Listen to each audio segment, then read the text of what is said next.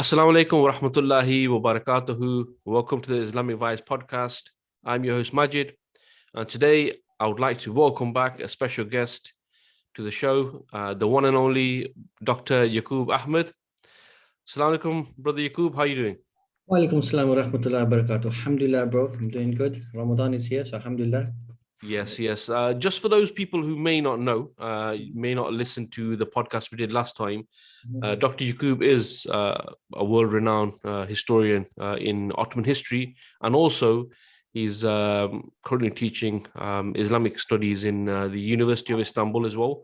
So, alhamdulillah, the right man for this topic today. Bro, Ramadan's going well. I can see that. One question I do have for you before we get into the main topic. Yeah.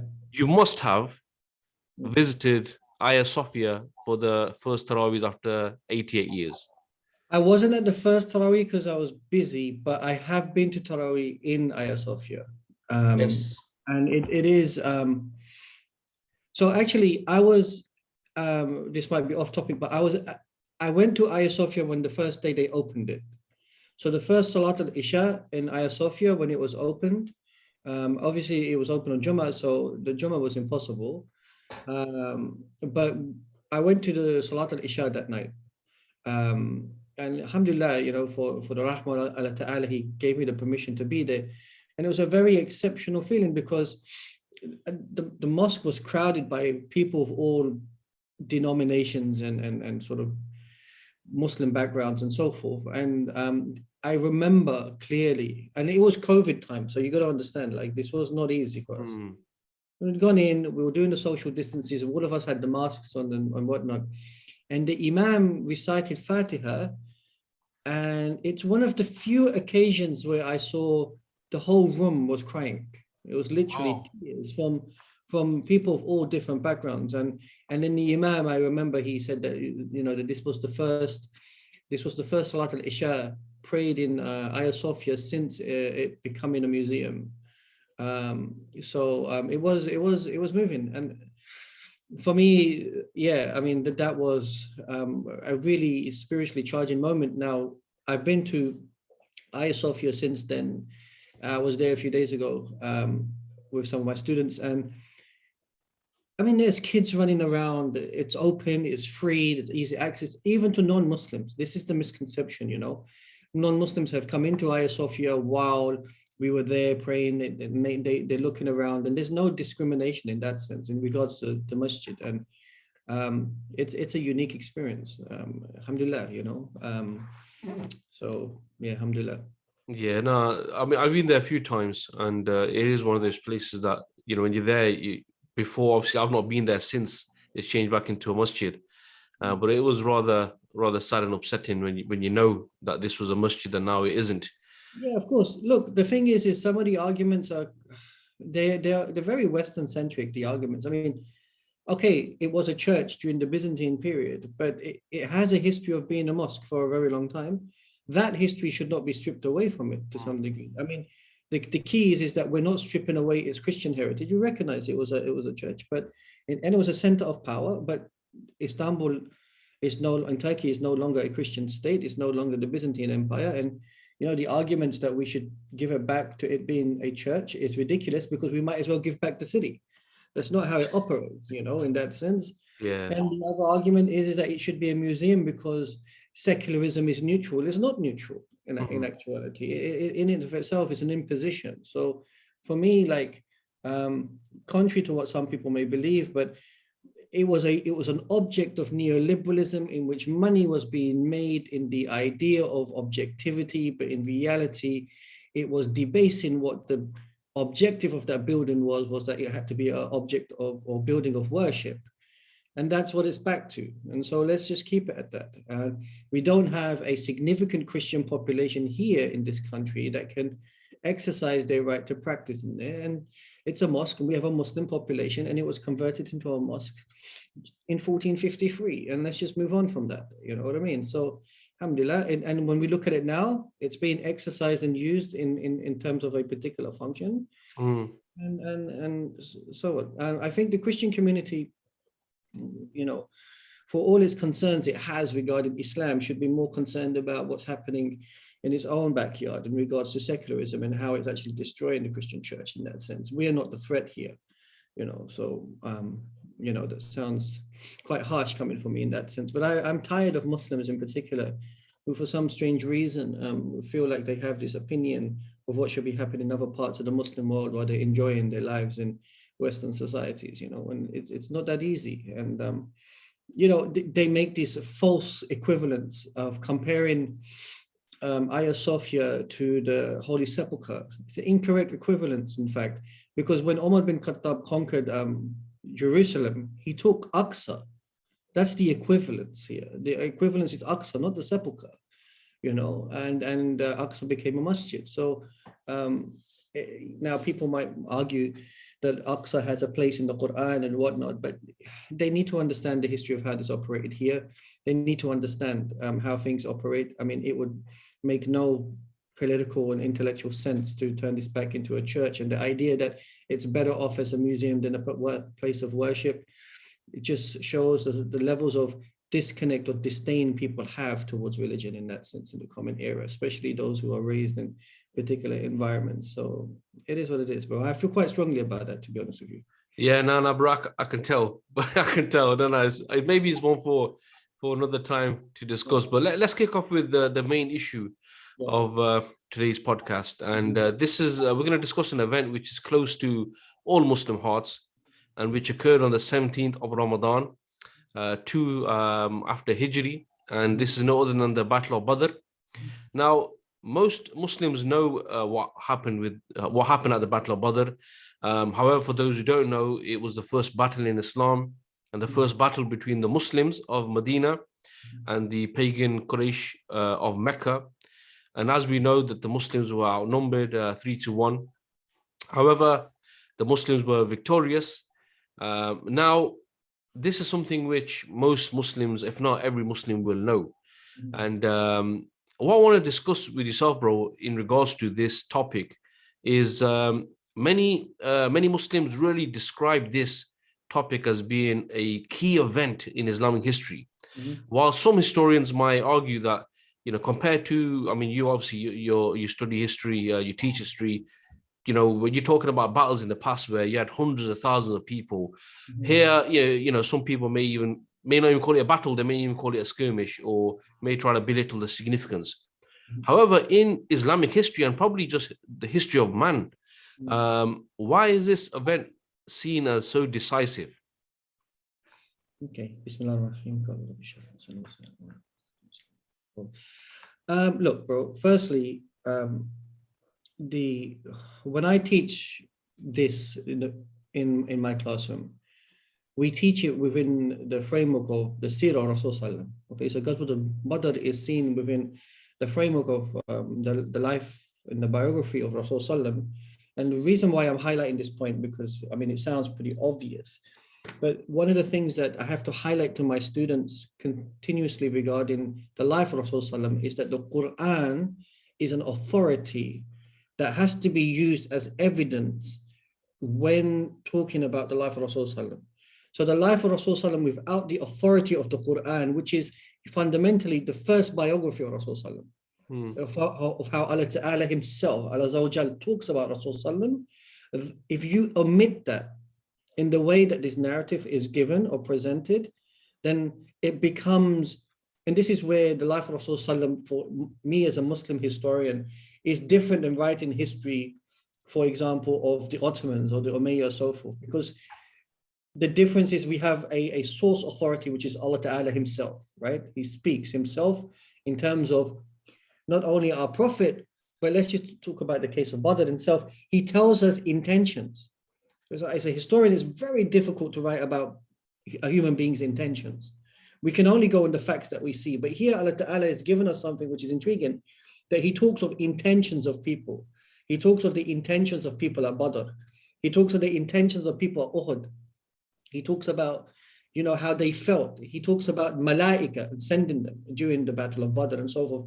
He talks about, he gives context when the Muslims have made mistakes and whatnot. So as a form of authority, the Quran here becomes important because in the way that it speaks in regards to Badr, is where the sort of like framework should be set. So it's irrelevant for me if people think of it as a skirmish or whatnot. What does Allah see it as? And here Allah Ta'ala has elevated this. So in that context, as a Muslim, you have to go to that source code, which is the creator of the heavens and earth is speaking directly of this event in that context.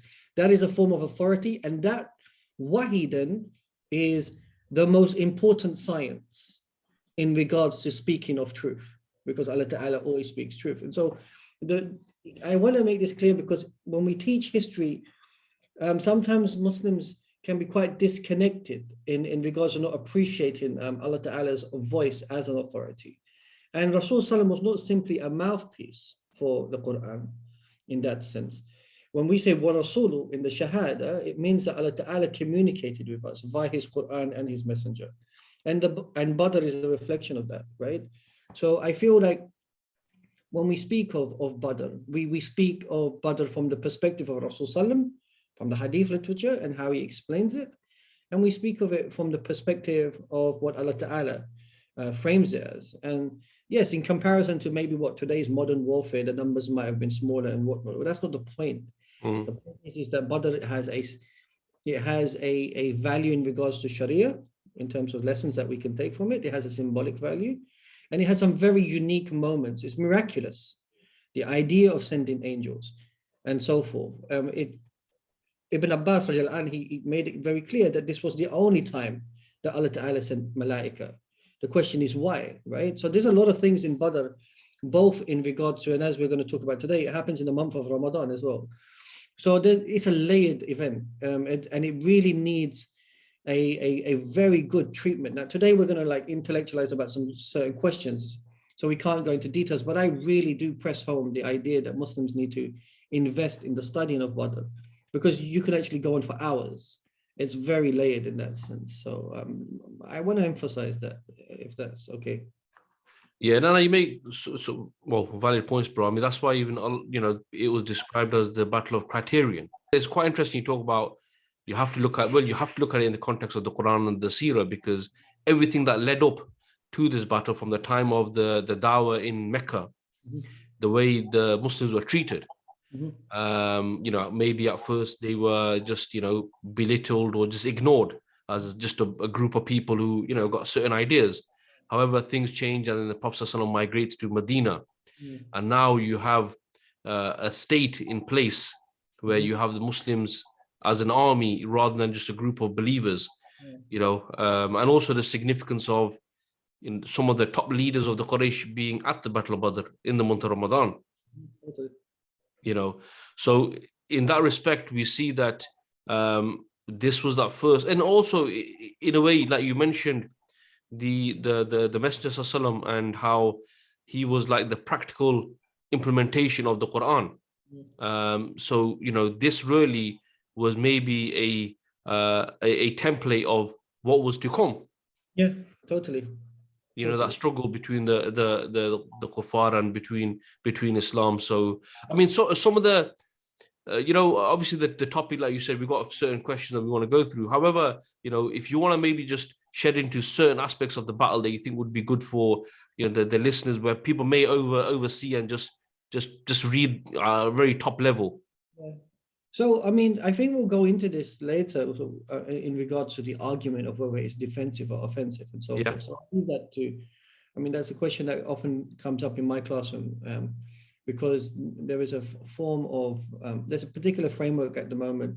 It's consistent of continuously trying to frame Badr within this paradigm of offensive or defensive, and it's a bit more complicated than that. But it's, for me, I want to stress on because it's the month of Ramadan, the issue of it being Ramadan, and I was explaining this to some of my students, and it might not be related to Badr, but it is. And I'm going to go a bit of a tangent here, but I'm going to bring it back. Ramadan is unfortunately understood as being the month of eating. It's related to food, right? And a lot of things is, so fasting is an interesting form of ibadat. It's a form of ibadat in which it's a non-action. You do nothing, actually. There's no action to be done. You're abstaining in that sense. That's the unique thing of fasting. But the thing about fasting is there's so many conditions that can invalidate that fast. So you have to be aware, and it's not just food. It's lying, it's fighting, it's sexual activity and whatnot. There's a lot of host of things, and the idea is that ibadat is generally designed for you to detach yourself from the dunya so that you become closer to Allah Ta'ala. Salah is your 5-time standard. That's the standard expected for Muslims. It's adi, and that's what you're supposed to do. So sometimes I feel disappointed when I see Muslims who are fasting but are not praying. The reason why I'm saying that is because we fast not to understand what it feels like to be poor. And we're going to talk about Badr because we're talking about Muslims fighting during the month of Ramadan, right? But the idea is we fast because we're supposed to increase our taqwa. So Allah Ta'ala in the Quran, when he talks about getting close to him, he talks about praying salah and namaz in this country. But when he talks about increasing your taqwa, he says fast more. And it's because when your body is at its more, what can you say, weaker state, your ruh, your soul becomes at a more elevated state. It's at its most elevated disposition. This is why when people are sick, they start thinking of Allah Ta'ala, right? They turn to their Lord. And we have these statistics showing cancer patients who are about to die, even if they're agnostic or atheist, they'll turn to people asking them, pray for me, because your soul instinctively is now becoming more dominant over the body. So fasting is increasing your taqwa. It makes you more conscious of Allah Ta'ala. It's supposed to then make you recognize that your everyday activities you're doing in the dunya are irrelevant. You feel tired, you can't do a lot of things and so forth. You're supposed to recognize that actually, hang on a minute, this dunya, your day-to-day activity of eating all the time and doing what you want and so forth, that's secondary now. What's important is the increasing of your taqwa. And then the point I'm making about linking the Badr here is that this taqwa is then supposed to elevate your God consciousness to the point that when you do your other ibadat, you are at a higher spiritual plane. Salah, then you get an extreme sense of khushu because you're in a state of higher level of taqwa.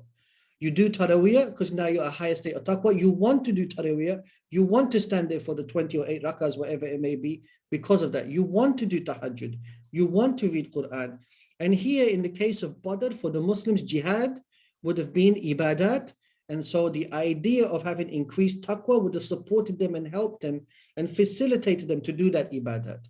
Because when Rasulullah was preparing the Muslims, he was not only preparing them physically to be able to be battle ready, he was spiritually preparing them. And Allah Ta'ala in the Quran also is spiritually preparing them. They're reciting verses of the Quran to be ready for Badr. But not only that, they're in a state in Ramadan to be ready for that sort of particular moment. And this is why it's important, is that raising of that taqwa, which sometimes people miss. Now, were all the Muslims fasting when they went out to the battlefield? I mean, there are hadith. We know from Fath al-Makkah, for example, that they broke their fast before they went into fight.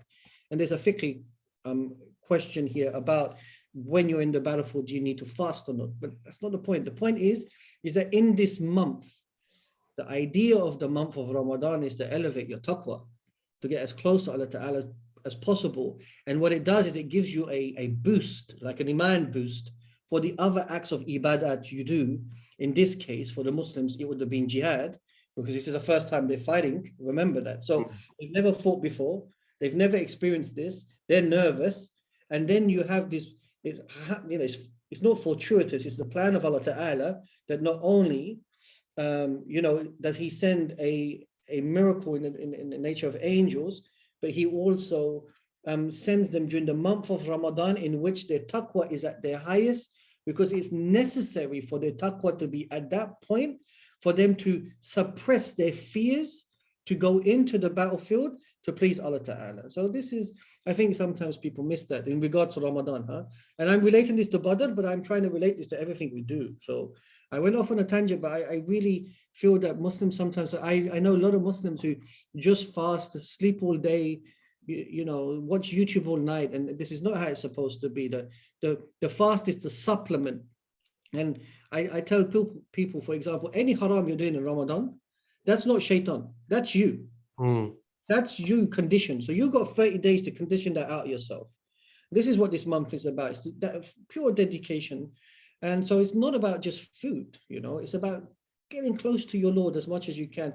And Allah Ta'ala, you know, is in his rahmah and his generosity, for example, he's given you multiple opportunities to get close to him. Read Quran. This is the month of Quran.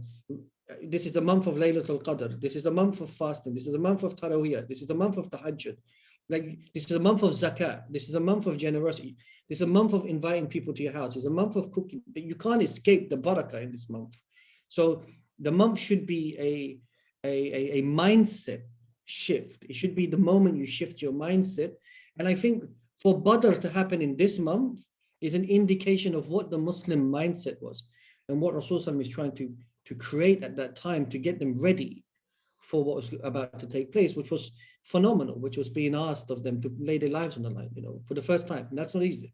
Yeah, no, definitely. I mentioned on the last podcast I did that, like, exactly what you said.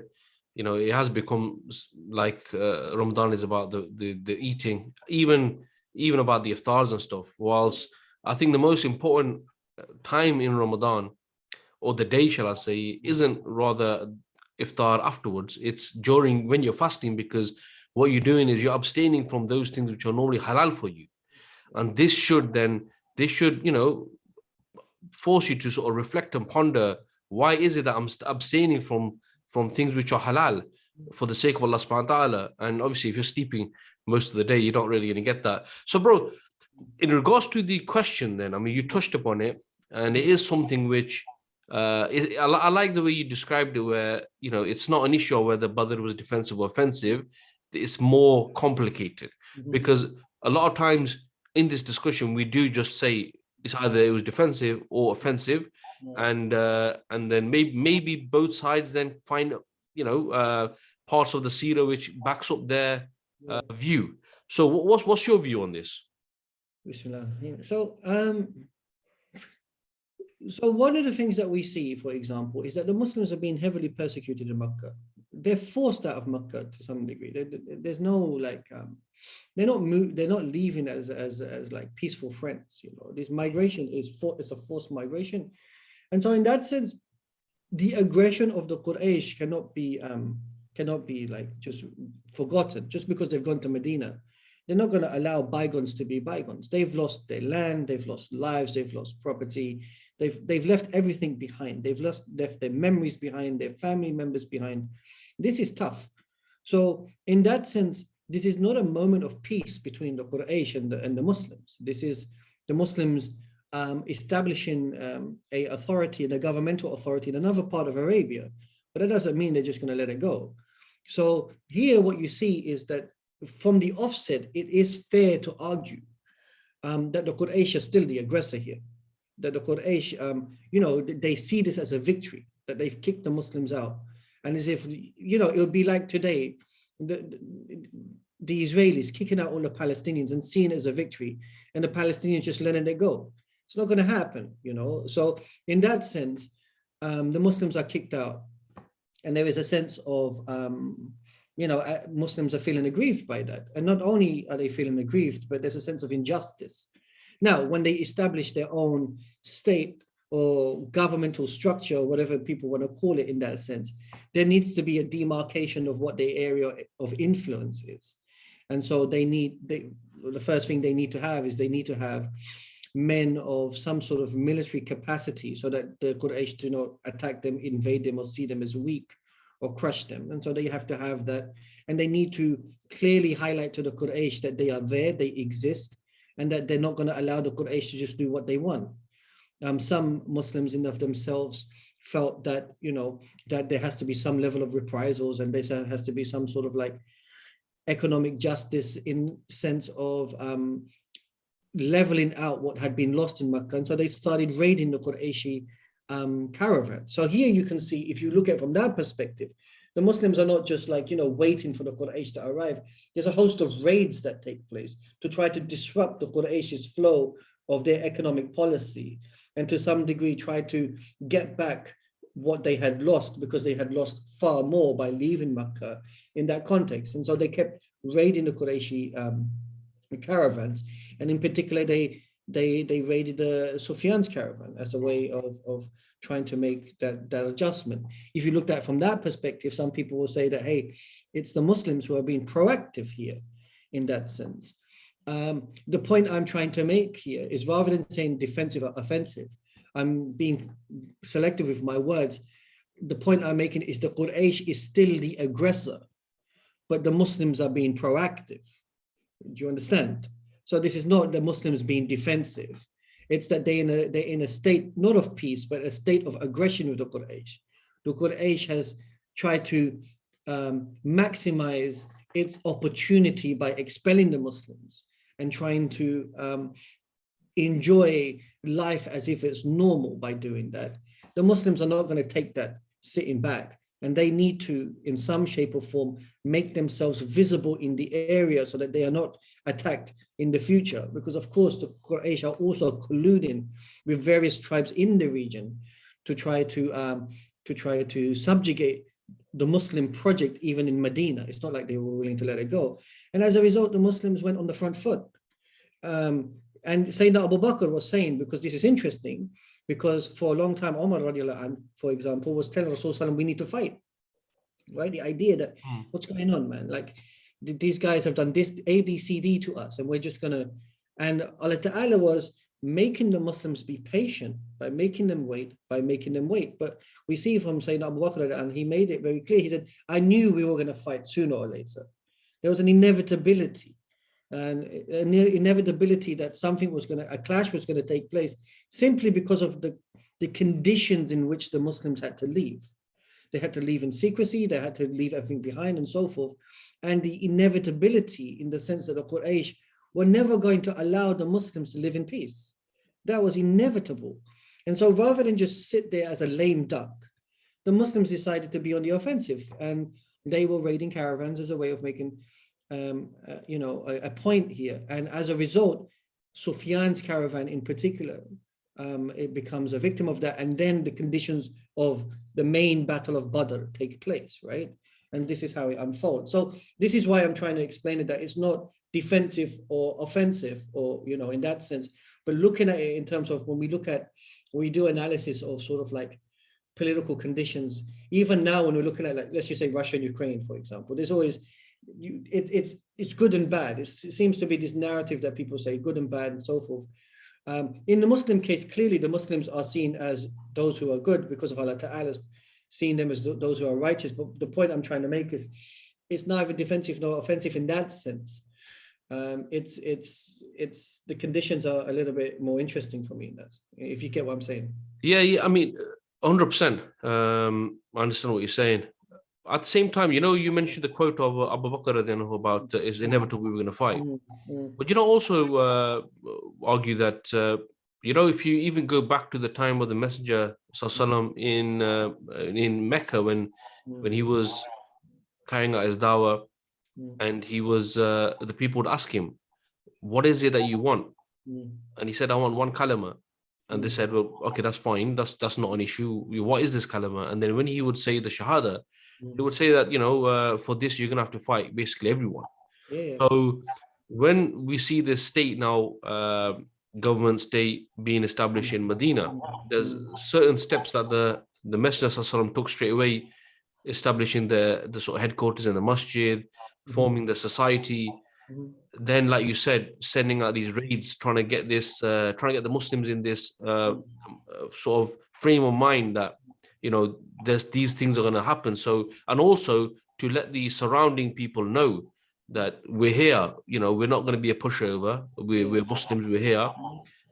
And then we see that for the Muslims, if you look at the message, if we understand the mission of the Messenger, which is to expand Islam to the rest of mankind, then the Quraysh was an obstacle, which was a thorn, which at some stage, would have had to be, taken on, face to face. Totally. I mean, it's not just in the case of, we can see this in the case of Bahira the monk, telling Abu Talib, for example, that they're going to fight this kid. Rasulullah, we can see the case of Waraqah. When he sees the revelation, he says, Khadija Anha, he says, oh, if I were alive, because he was aware that they're going to fight him for what he's calling for. So, I mean, this was the nature of what Haqq was in that sense, in the calling of Tawheed. There was, I guess, for the Muslims for a long time in Mecca, they were prepared of knowing, and they'd gone through the physical struggle anyway, that this was going to take place. We know from Rasulullah going to Taif in particular and trying to speak to the leaders of the Taif that he definitely recognized that we needed some form of political representation or authority, and the Muslims needed agency. But that doesn't mean that just because you're going to get agency that people leave you alone. So he was well aware continuously that there is going to be a conflict with what he's bringing to the table, which is revolutionary in that sense. So of course, when he goes to Medina, he's preparing the society and men for the inevitable. The question is when is this inevitable taking place? And so Allah Ta'ala is making the Muslims steadfast, because probably Allah Ta'ala believed that they were not ready yet for a combat instantly in that sense. But even the Quraysh were concerned. They were aware that something's going to kick off between us and them. We're not just going to let them go away and deal with this. And so even the raids that are taking place, I mean, while the raids are taking place, like I said, Rasulullah is training people, preparing them. So Badr is not just an accident in that sense. It's not just, oh, what do we do? Oh, the Quraysh are coming. Who wants to fight? It's actually, there was and this is why Badr is important, because even though Allah Ta'ala sends malaika, there is an expectation that preparation is necessary. So even with Allah's support, Allah hasn't said, for example, I mean, because if Allah wanted to, he could have just given them punishment himself. He didn't need to send angels. I mean, Muslims, he can just send angels to crush them. He's done it before. But what he did in Badr is he expected the Muslims to be prepared. And then he puts in the condition, which is obey Allah and obey the messenger. Why do we know this? Because in Uhud, when the Muslims disobey Allah, disobey the messenger, that's where they lose, right? So there is this problem here. So, but Badr is not then just some wish-washy thing that happened by accident. The Muslims are aware that the possibility of something of this nature can take place. We need to be prepared for it. Allah Ta'ala has not given us the permission yet, but it's like I said, this is why I mentioned Sayyidina Abu Bakr is aware, and he's the one who's wise amongst many of the Muslims that it's going to happen. So that means that Rasulullah was aware it was going to happen. And the question is that Allah Ta'ala was given Rasulullah enough time to prepare his folk to be able to go out there and to be prepared for Badr, because maybe imagine going over to Medina and forming a new community. You don't know who's who, you don't know what skill sets people have, you don't know how much they're going to embrace Islam, you don't know what you're dealing with. There are non-Muslims there are hypocrites and whatnot. That to go out in battlefield straight away because of a few zealous Muslims who are emotionally charged, maybe that might be the emotion, but that might not have been practically apt for them. And so the wisdom, the hikmah of Allah Ta'ala is that he gave them time. He gave Rasul Salam time. And so those who were eager had to be made to be patient because they had to be ready for Badr. And that's even just for what you're saying there, even if you look at when they realized that there was going to be an army that's going to be meeting them, the Messenger, even then he sort of like tested the resolve, especially of the Ansar. Yeah. And it's understandable because with the Muhajirin, he knows them. He's been around them for a while now, and if you see like the three people that are chosen to fight, for example, the Muhajirin, Ubaidah, Hamza and Ali, these are all from the Quraysh. Okay. And that's because there is an insistence that the Ansar will not fight, but also because Rasulullah may not have had enough time to know the skills of the Ansar at that time, but he definitely knew the skills of those that were in his close quarters, especially Hamza and Ali, who are family in that sense. And he's aware of their abilities. And that's necessary. So that's a decision-making process that he's made in that context. And so a lot of the Muhajirin might have been prepared to fight. But what we see is that in the case of the Ansar, there was an apprehension. They'd never fought before, right? They'd never gone through that type of struggle. And this is why the second bay'ah of Aqaba is important, because he tells them, those that give him the bay'ah, he says, you're going to have to fight for me. Are you sure? And say, yes, Rasulullah. You're going to have to abandon blah, blah, blah. Are you sure? And he insists that, are you sure? And so he's already, this indicates for us then that during the bay'ah, he's already, not the first pledge, but the second pledge. He's making them battle ready by making them aware that they're not going to leave us alone. And I'm coming to you as your messenger, but these people understand what's going on here. I might be foreign to you. So are you sure you're going to do this? And what's unique about this is that it's unparalleled in history that people will invite an outsider to be their leader. This doesn't happen, it's like me becoming the president of Turkey. I wasn't born here. I'm not a Turk. It's just not going to happen. But here in the case of Rasul Sallam, they invite him to do that and then he insists to them that there's going to be a struggle that's taking place here. Now, he's there for 2 years and so forth. He gets a rough understanding, but clearly a lot of people would have been nervous. A lot of people would have been afraid. And maybe, and this is my personal opinion, this is why a band of 300 odd men were taken, because they would have been the elite who would have been chosen from that society, who were prepared for this battle, because everyone else may not have been so sure about what's going on. And so Rasul Sallam took the best from amongst them to go to fight in this battle, who had the increased level of taqwa. And even amongst them, there were some who were nervous.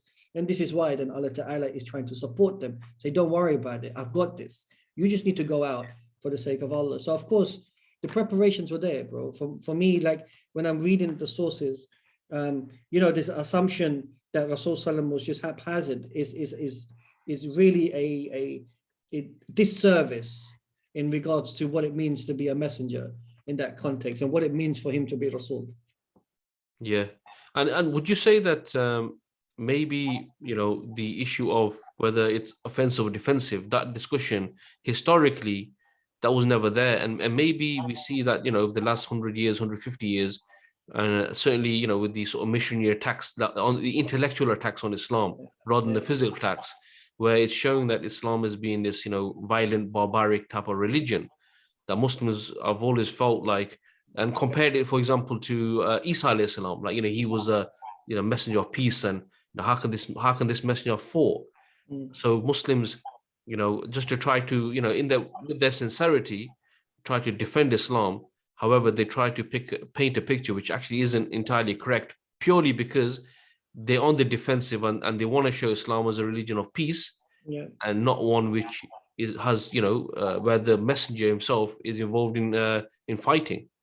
Yeah, I mean, look, firstly, like this new phenomena of presenting Isa alayhi salam as like a messenger of peace is a little bit, it's a bit of a whitewash, really. I mean, Isa alayhi salam really upset the balance when he turned up. He was speaking to the best of amongst the people there and really addressing them directly. He was a political figure in some ways. I don't know, like where these ideas come from of detaching him from his politics. He went to speak haqq to those people at the time, and he made it very clear in terms of what they were doing, and they went after him for it.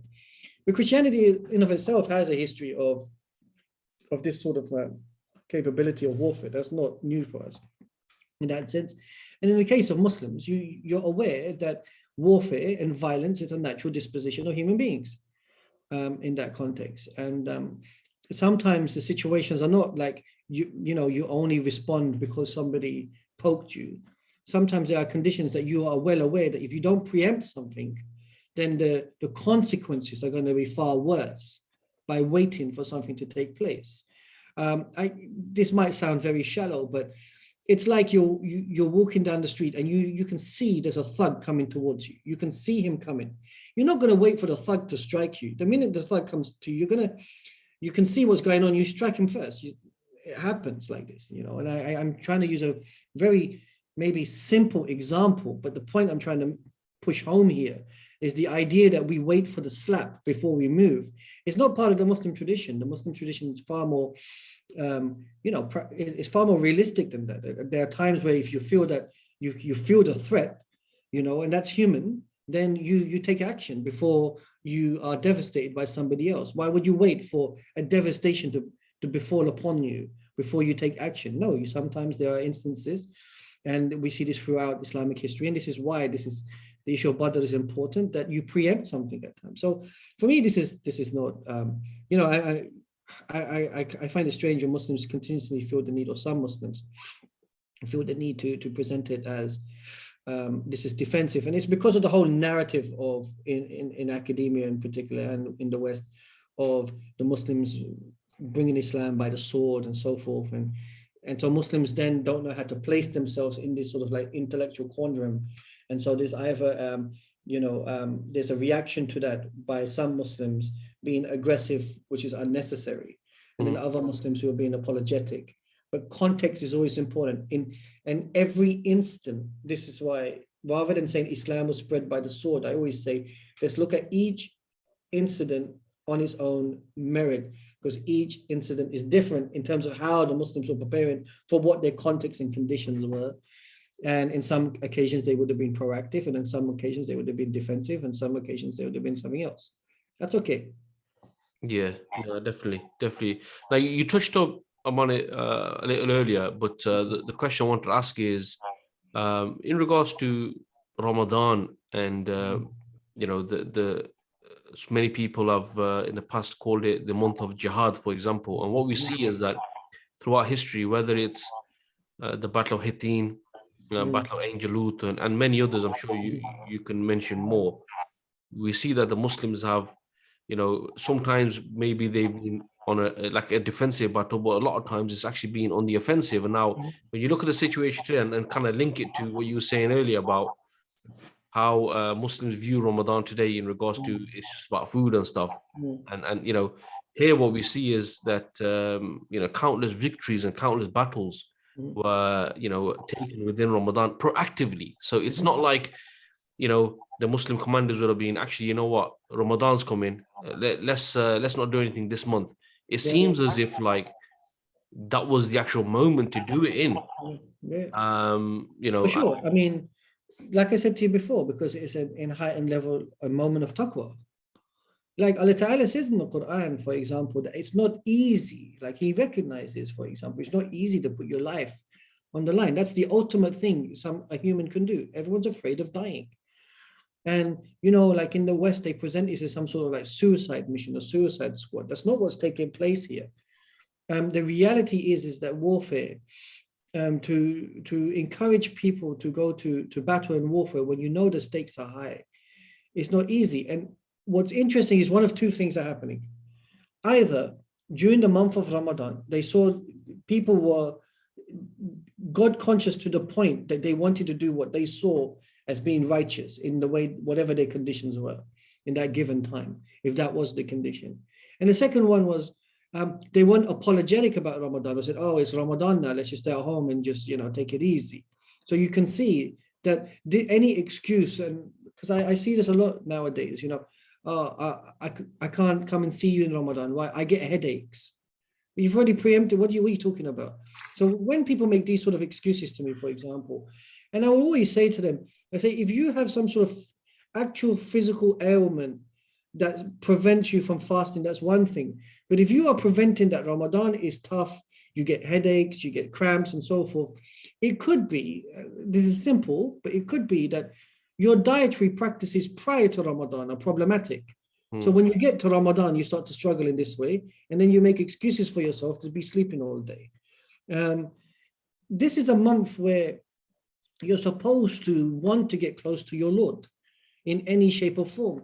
People say, Tarawi is hard, 20 rak'ahs, maybe I can just, give it up. What are you talking about? Staying awake all night is difficult. I don't know, reading the Quran during the month of Ramadan is tough.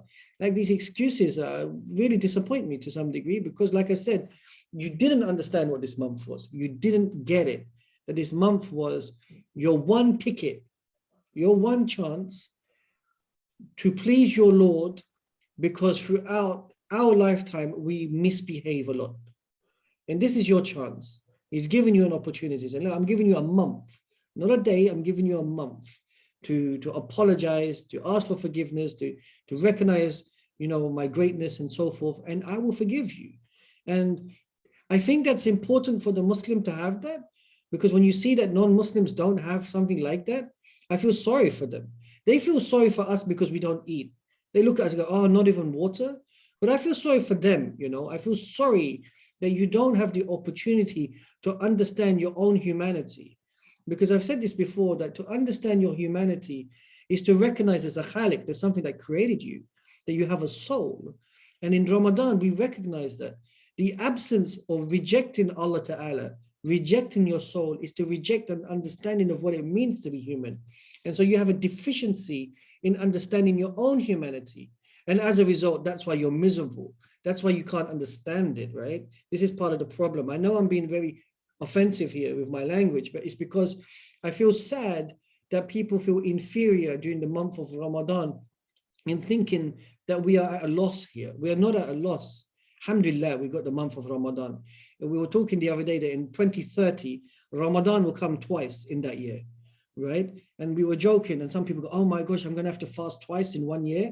And I said, Alhamdulillah, Alhamdulillah, you know, like this is the month where you really can fix up. So I feel like the Muslims really need to put Ramadan into perspective in that sense, that it is a month of absolute opportunities of ibadat, of being Abdullah.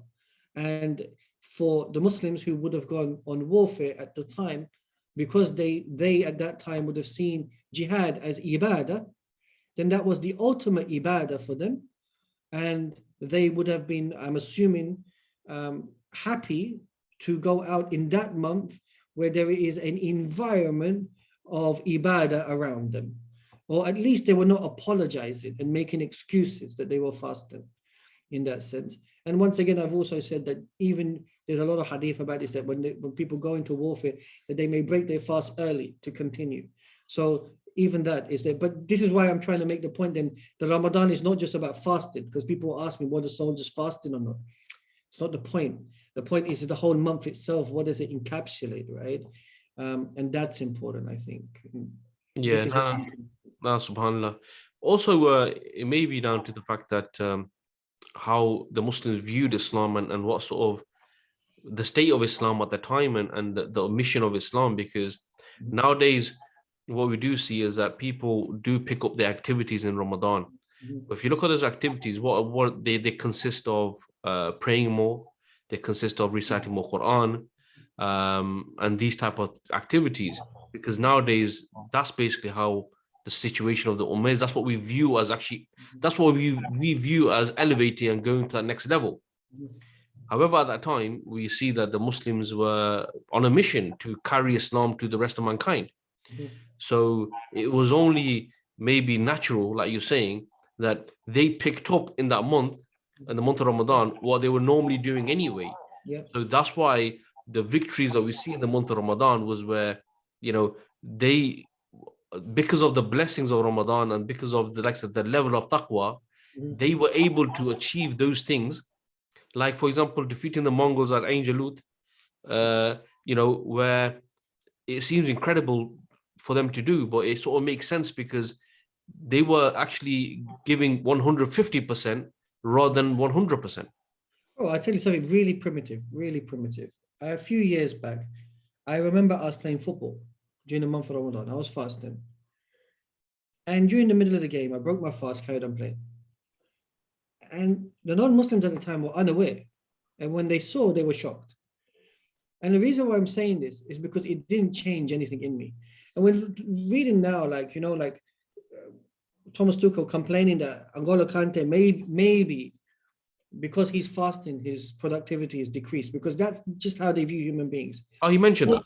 Yeah. And yet when you read about people like Karim Benzema, when you read about Mohamed Salah and Mane and so forth, they all say, no, when we're fasting, we are optimum. We're ready to go. They got this spiritual energy, spiritual power. They're ready to roll. And I think people don't understand it. They seem to assume that somehow when we're fasting, we just want to sleep around all day. But actually, if you see insan in his optimum, when he's at his physical prime and he's fasting for the sake of Allah Ta'ala, there is a sort of like spiritual boost they get, which gives them that adrenaline to keep going, you know? And this is what I'm saying is in the modern period, they so have devalued the spirit as a reality. And as a result, they don't understand how the spiritual energy can keep you going. Like, so in Anfield, they always say the fans are the 12th man. These people are worshiping their players. There's a spiritual energy that's created. The players keep going on because you have that spiritual energy and it's there. It's a reality. They can't deny it. They just, you know, they just deflect it in another way.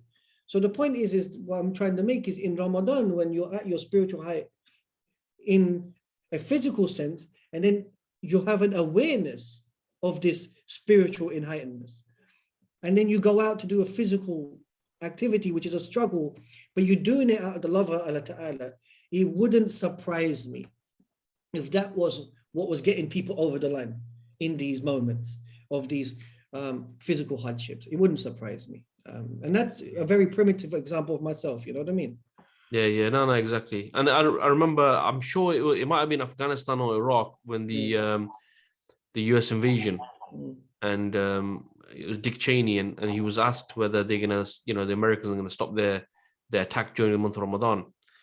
And he made a comment, on the lines of, in history, it shows that the Muslims galvanize in the month of Ramadan, right? Not take the month off. Yeah. So it sort of demonstrates let's look at Palestine. Continuously, there's always an attack during the month of Ramadan on them. Which there is right now. Yeah, exactly. It doesn't change. But do they make that as an excuse? Do they say we're not going to fast? They keep going. So I think we need to appreciate this. Yeah, bro. So my last question to you, and I think this is probably one of the most important questions, really, is if you do look at the situation of the Ummah, and I mean, you just mentioned what's happening in Palestine, and I'm sure you must have seen the videos of the attacks that are happening just like yesterday, where sisters are being just attacked for no reason, and tear gas in the mosque and smoke bombs and all that. And then we just generally look at the state of the Ummah. In light of this, and in light of the month of Ramadan and then the Battle of Badr, what do you think are the sort of key lessons that we can take from the Battle of Badr? Because we don't see this just as a historical event, do we? We see this as part of our deen. What do you think are those important lessons that we can actually take from the Battle of Badr, where the Muslims seem like they were doing the impossible, and sort of like bring that into our lives today, and to so that it can help us to try to change the situation of the Ummah? Muslims need to have a absolute trust in Allah Ta'ala. I tell Muslims, they believe in Allah, they don't trust him. There is a innate fear in them in having that level of trust. Rasul Sallam and those who fought in Badr, if we're just firstly, they had absolute trust in Allah. The trust in Allah Ta'ala's victory, right? And this was not, it was interesting. It's not this, the Muslims are standing there and they've got angels behind their back and they're saying, okay, and what? They were oblivious to this. It was in the last moment that Allah sends them. So he first tested their resolve in terms of their taqwa. That, are you ready? Do you trust me? Are you going to do this? And they were ready, even if they were malaika or not. Those guys were ready. They were ready to roll for Allah Ta'ala.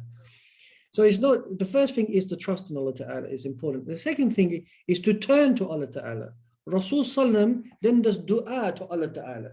He's the messenger of Allah. He's aware of his victory. He's aware of Allah's support. Yet he still turns to his Lord, asking him for support, for sustenance. The Muslim who doesn't do dua to Allah Ta'ala is at a loss. A lot of times Muslims, they pray and they just leave. And I say, why did you not ask Allah for something? And it's like, well, you should be grateful. Alhamdulillah, you should be grateful that he gave you the opportunity to ask. Then ask him, because only he can give you whatever you want and whatever you need. So in that sense, it tells you a particular mindset that first there seems to be some level of an absence of a trust. Two, there then tends to be a relaxation in regards to wanting to turn to your Lord to ask, which you must do. Three, what we then see is that the Muslims were prepared. They didn't come wishy-washy. Even in Badr, they were prepared in Badr.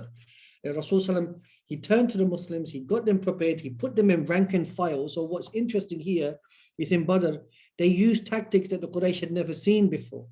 He put them in rank and file, he brought in archers, he put in the cavalry that would go in the front, and so forth. So you can see that the preparation was there, that Muslims need to be prepared for any event that they go into in life. I see students sometimes, not studying for exams and then praying to Allah to help them on the exam day. Is that what you're talking about? Are you kidding me? So here you can see that the expectation of preparation is necessary. The next one is shura. Rasulullah did shura with his ummah. He asked them, he goes, well, what do we do here? In a sense that, you know, one of the Sahabis says to them, is this wahi from you, or is this, you know, your own idea? And Rasulullah said, this is from me. What it shows in terms of a leader is that he was willing to listen to his ummah in a decision that he had made. So there's a sense of humility here. And they said, you know what, we need to take the wells. Once again, they have tactics, they're aware. Take the water. There's no level of ignorance here. He takes the shura from the best from amongst them. So we should turn to those people of knowledge from amongst our ranks who have the expertise to ask them, okay, what we go next? And then, you know, and then you go out and the process. I always say the process is more important than the outcome. If you, of course, the outcome is important to us, but if you are purely outcome driven and not process driven, then you're going to fail. Victory is in the hands of Allah. For you is the effort. That's all Allah wanted to see from the Muslims. He wanted to see their effort. They put in the effort, then He gave them their help.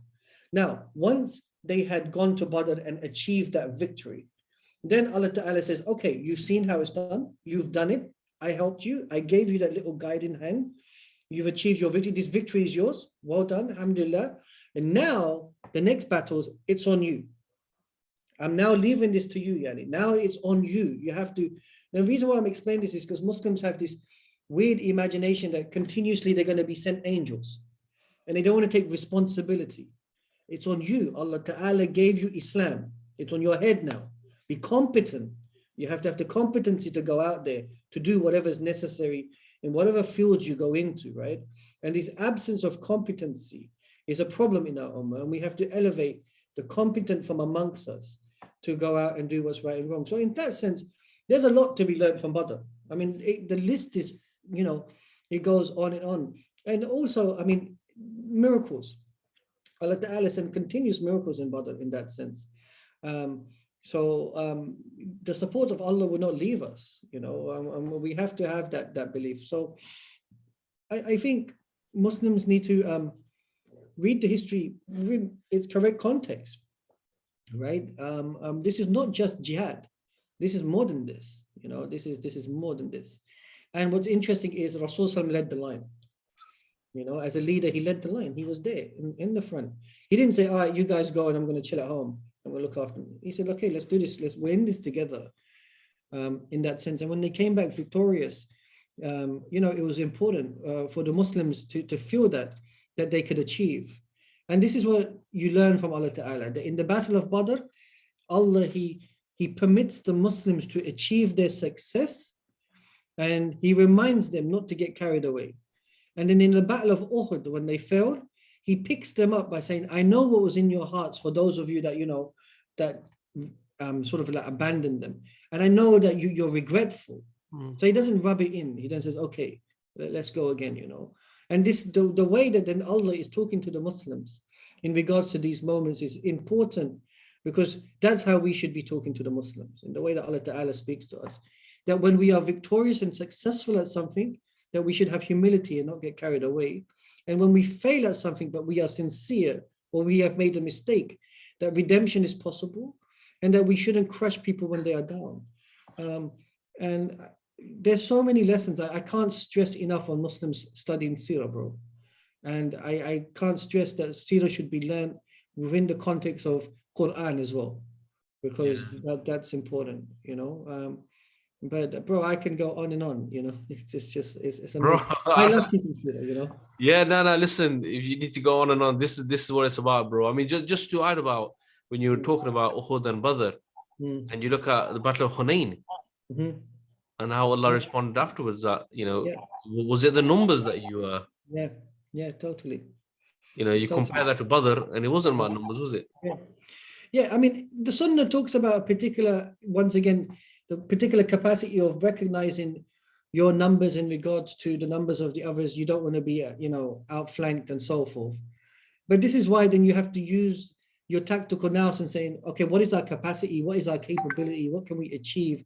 And so forth. But it's interesting in Badr, there are some sayings in Badr that Allah Ta'ala, when he gave Rasul Sallam a dream, that he basically, the Muslims, he made them think that there were less that they were going to fight, to motivate them to go out and fight. For if they had known from before that the numbers were greater than them, then, you know, maybe they would have been. So it's intriguing that we see this, and it's intriguing because there are some hadith that talk about when the Quraysh were coming, that they saw the Muslims as less and assumed that they would be easy to destroy, you know, in that context, which is also and also from what you're saying there is, from what I read this as well, that the writer, I can't remember who it was, he was saying that Allah wanted this battle to happen because the fact that they saw the Muslims as less in number motivated them to continue with what they're going to do. So you know, it's interesting you said that. I've read this as well, that to some degree that if Sufyan had it his way, he would have tried to avoid this. And there were some, for example, in Medina who were also trying to avoid this. But it's to some degree, Allah Ta'ala made it happen because he needed to strengthen the Muslims, to make them aware that they are not a soft touch. That the idea that, you know, are you just going to allow those people to treat you like crap and get away with it? And you're just going to sit there? You're not weak. What are you you're strong. You're stronger than them because you have me. You're stronger than them. You have my deen. You're stronger than them because you have my messenger. You're stronger than them because you're Muslim. There's a lot of things that you have going for you that they do not have. Do not have this inferiority complex.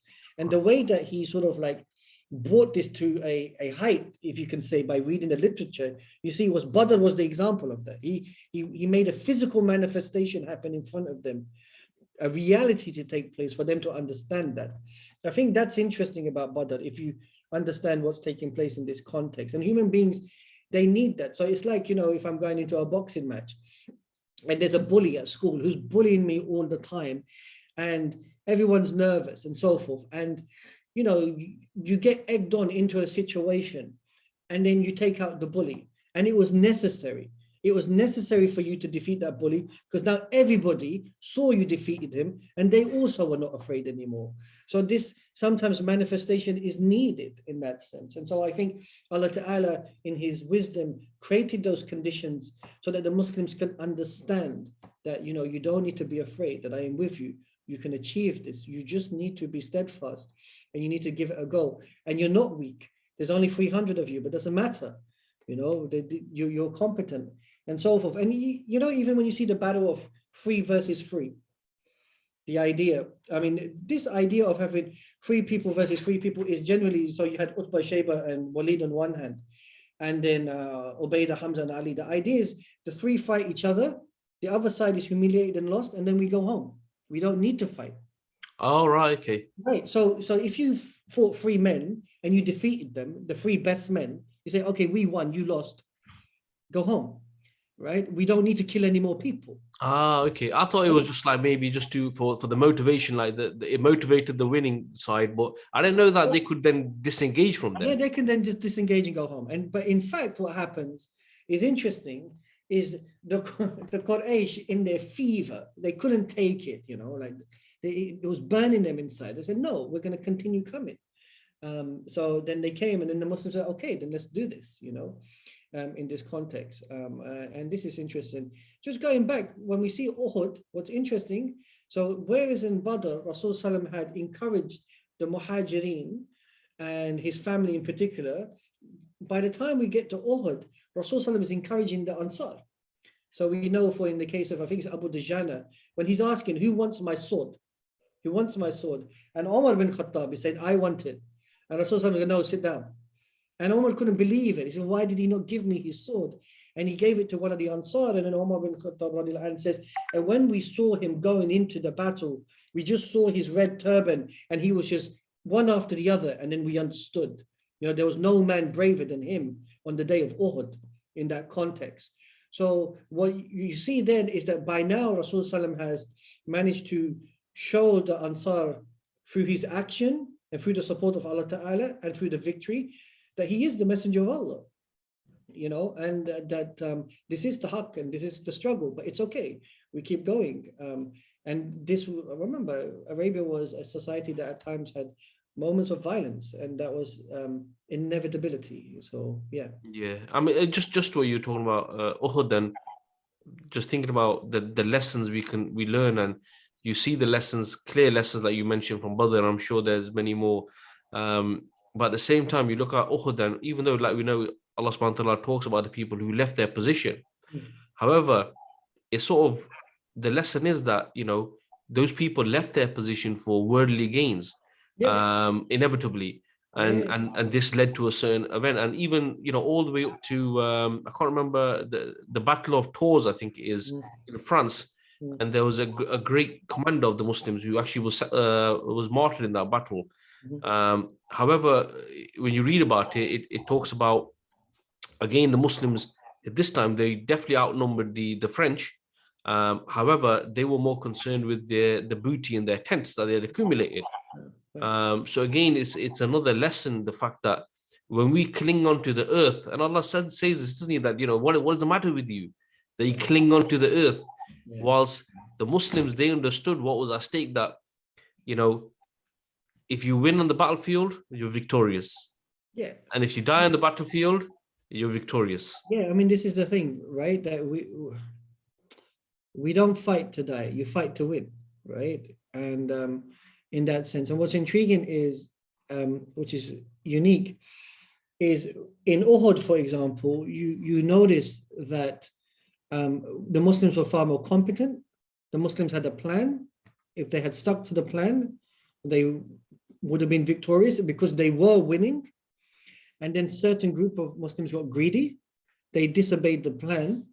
And it's this idea that they went chasing for dunya over their obedience to Allah and their obedience to the Messenger of Allah, Rasulullah, right? They disobeyed the Messenger of Allah, meaning they disobeyed Allah Ta'ala. And as a result, they lost that war as a result of that, because they chased dunya. And the idea is that while we are in this dunya and so forth, that what we take from Uhud as a lesson then is that fundamentally you are here to be obedient to Allah and His Messenger. And there is hikmah in that. And, the fact that they didn't do that was one of the reasons. And so going back to Ramadan now, we do ibadat to highlight to us to become detached from the dunya. So for example, zakat is not charity. Zakat is ibadat to make you realize this is Allah's money, and you detach yourself from the idea of money, the idea of recognizing this is not yours. This is why Sayyidina Abu Bakr in the Ridda fought them for the zakat. He said, because Sayyidina Umar was saying, it's zakat, it's money, we can figure out. He went, no, it's ibadat. What are you talking about? It detaches you from the understanding that rizq is an amana from Allah that He gives to you, and there's an expectation that the bare minimum is that you do this in this context. The Hajj, you detach yourself from the dunya by going on Hajj, and you don't think of anything else apart from your Hajj. Nowadays, I get upset because people are taking videos of themselves while they're doing tawaf, showing videos back home. They miss the point in that sense. Salah is your ibadat 5 times a day to detach you from that moment in dunya, to remind you, you're not for personal dunya, you're akhirah. Go pray to your Lord.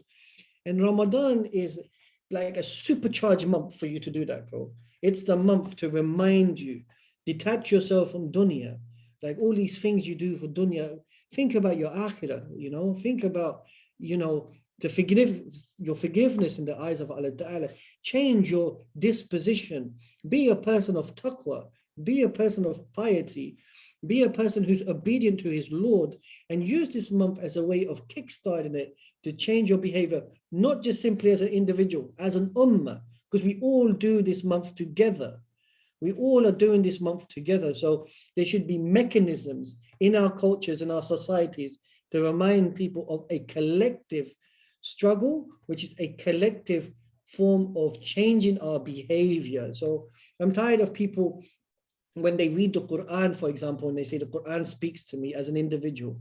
Of course it does. But the Quran speaks to us as a collective. Ihdina as-sirat al-mustaqim. Allah Ta'ala is talking to us as a collective. Ya ayyuhan nas. Allah Ta'ala is talking to us as a collective. He's talking to us, Ya ayyuhal lazina amanu. He's talking to us as a collective. When you go to the Jummah khutbah, the khutbah is to the collective.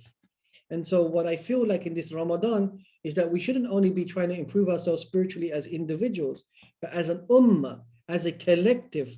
There has to be a collective mind shift of asking ourselves, okay, we're in this month of Ramadan. Now, how can we create a collective mind shift now so that post-Ramadan, we're in a better position as an ummah than when we were prior to Ramadan? And I think those of us who are of a particular disposition, we have to continuously remind the ummah of this, that it's not just about you and your food and your personal worship and so forth. It's about us. We're in this together. How can we all change together? Because currently, I have no hesitation in saying this, we're not in a good place right now. In this dunya at least, so this is a concern. No, definitely. And just to sort of like build on the point about the Muslims collective, the collective aspect of it, because again, the Badr highlights this to us, that when the Muslims came together as a collective unit, there's if we look at if we wanted a wish list of everything we need today that we don't have, we just look at Badr, and we had now, for example, we have Muslims who do want their deen. They do want to do things as a collective ummah, restore the ummah to this position. It lacks leadership. At Badr, they had that leadership. They had that organization, like you mentioned. They had the fact that they weren't just, and it's a really good point that you made about the angels, that maybe only the companions found out after the battle had finished that angels had come down, right? Because nowadays the attitude is that, someone else is going to sort it out. Whilst they never had that mentality. So everything that was there in Badr, we're lacking today. And in regards to that, the collective aspect, like you said, is really important, that we don't just individualize things. Ramadan itself is a collective month. It's a month for the Muslims. It's not a month for the individual. But yeah, bro, inshallah, man, you know what? That we've discussed quite a lot of things, and I really enjoyed the last section. To be honest with you, I knew there were lessons that we could take from Badr. The fact that you had so many lessons, and that you are not hiding but holding back on many more, is really great. And that really, like you said, it should encourage us all to go out and look at the seerah. It's not a case of just trying to get it from yourself. We have a responsibility to try to understand this ourselves as well. Oh, can I say something on this? Sorry to interrupt you. No, go for it. The Islamic pedagogy, unlike the Western pedagogy, is we write books to be taught. And it comes from the culture of the Quran. The Quran is the word of Allah that was taught to Rasul via the messenger of messengers, Jibreel alayhi salam. So Jibreel alayhi salam was teaching Rasul was then teaching the Muslims and the Sahaba. We have a culture that when we teach Islam, that it is taught. In Western pedagogy, you pick up a book, you read it, you think you know it. And to some degree, it's written like that as well. That the way that we write, because I'm an academic, I know this, the way that we write in a format that you read the book and that's sufficient. So Muslims keep asking me about all sorts, Ottoman history, Islamic history, what book can you give me to read? And I'm trying to create a culture shift by saying, not what book can you read, what behaviors and cultures can you create where you are studying together and you are demanding experts amongst your midst to teach you this knowledge so that you can understand it via discussion, via debate, via internalizing the information.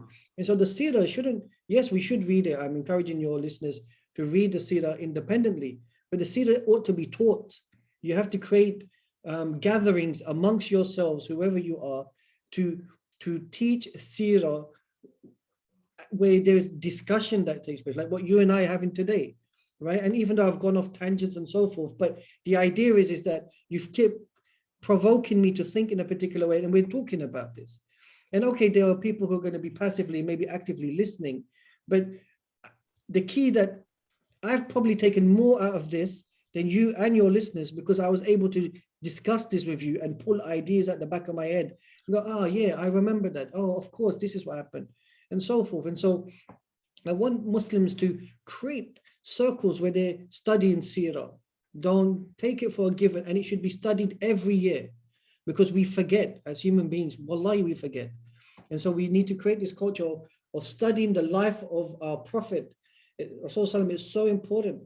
It should be a staple in that sense, and not just books that we read. So this is why I feel is important, because every time someone asks a question, I always learn something new, both about the question and about myself. So in that sense, thanks a lot as well, bro, for, I'm an Ottoman historian, so it's very rare that I talk about these sort of things. I do it in my classroom, but on a public platform, even for me, this has been very beneficial.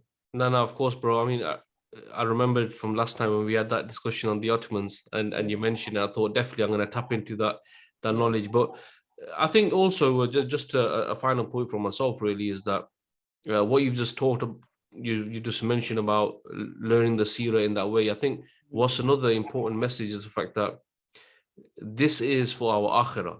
This isn't just academic stuff that we're reading just to get knowledgeable.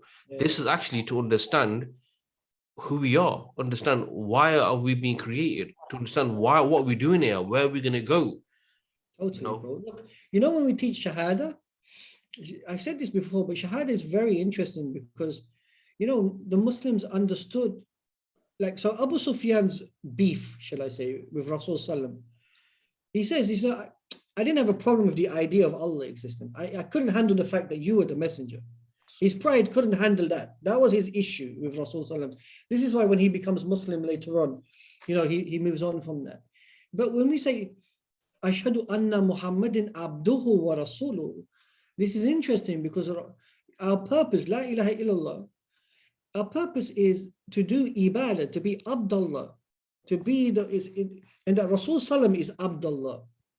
So if he's Abdullah, who am I, right? And the word ibadah, Abdullah comes from abada, the one who's the abd, who's the one who worships, right? So in that sense, the idea of being slave of Allah is perfect here because you're the one who's obedient and worships him. But the next point is wa rasulu. He's the messenger of Allah. What does that mean? He's the messenger of Allah because there was a genealogy of messengers that came before him. So he's part of that. He's a messenger because he brought Quran. He's a messenger because he brought his sunnah. And there's no way of really contextualizing that wa rasulu part unless if you read seerah. And this is why I have a problem, because a lot of times I see a lot of young Muslims who don't understand Rasul Sallam. And you have to understand him in order to understand what Islam is. This is key. They just praying and so forth, but you need to know who Rasul Sallam was. This is a staple, standard. It should be standard in every household as far as I'm concerned, Teach your kids from a young age about who to love Rasul Sallam, to love the Habib Allah, to love him, so that they understand, they internalize it. And then when they get older, you teach them more so that they can contextualize it. Because if Muslims are unable to relate to their messenger, then they won't understand the message. Do you understand? In that sense. So this is why Seerah is one of my favorite classes when I'm teaching it. I really love it. It's because for me even that, wow, I didn't know that. So, no, of course, and also we see the Shahada, we should see as a covenant, a contract. Yes. And, for it to be a contract, you need to know what the terms and conditions are. You need to know all the ins and outs, and that's the thing we don't see it that way, do we? And look, when we say Shahada, it's interesting. You're shahid, you're witness to what? To be a witness is a person of knowing. You know something. Well, what do you know? You know that La ilaha. You start with a negation, like that, no doubt in your mind, like no way. So and when we say Ashhadu an la ilaha, we testify the first time, and then we say what Ashhadu anna, we testify twice that we are people of knowing. So it's not sufficient to be ignorant regarding your shahada. Understand what this means, and this is what's important then, that if we're making these claims, and we should be, the people by and large don't have to be book read, but within the ummah, there have to be people who have the capacity to continuously remind them of this. That's necessary. No, that's a great point, bro, to sort of end on. And so going to bring the podcast to a close, and you mentioned that you've learned a lot from this. To be honest with you, I'm sure the listeners, I certainly have picked up loads, and it's been really beneficial to me, and I'm sure it's going to be beneficial to those listening and watching. So, bro, once again, Jazakallah khair, really taking time out. And, I do hope, inshallah, at some stage we can, I can visit Istanbul. That's the plan. And we'll have some apple tea. Yeah. We're probably going to pray at Hagia Sofia as well. Yeah. And, it'll be good to see you in person, inshallah. And really, Jazakallah for coming on and with the information that you've sort of given to all the people that benefit from it, inshallah. And to the listeners, as you know, you can get the podcast on all popular podcast platforms, Islamic Advice Podcast, and also on my Path to Revival YouTube channel. And on that note, inshallah, Dr. Yakoob, Brother Yakoob, love you, respect you, and inshallah ta'ala, hopefully I'll get you on another podcast soon. Assalamu alaikum wa rahmatullahi wa barakatuhu.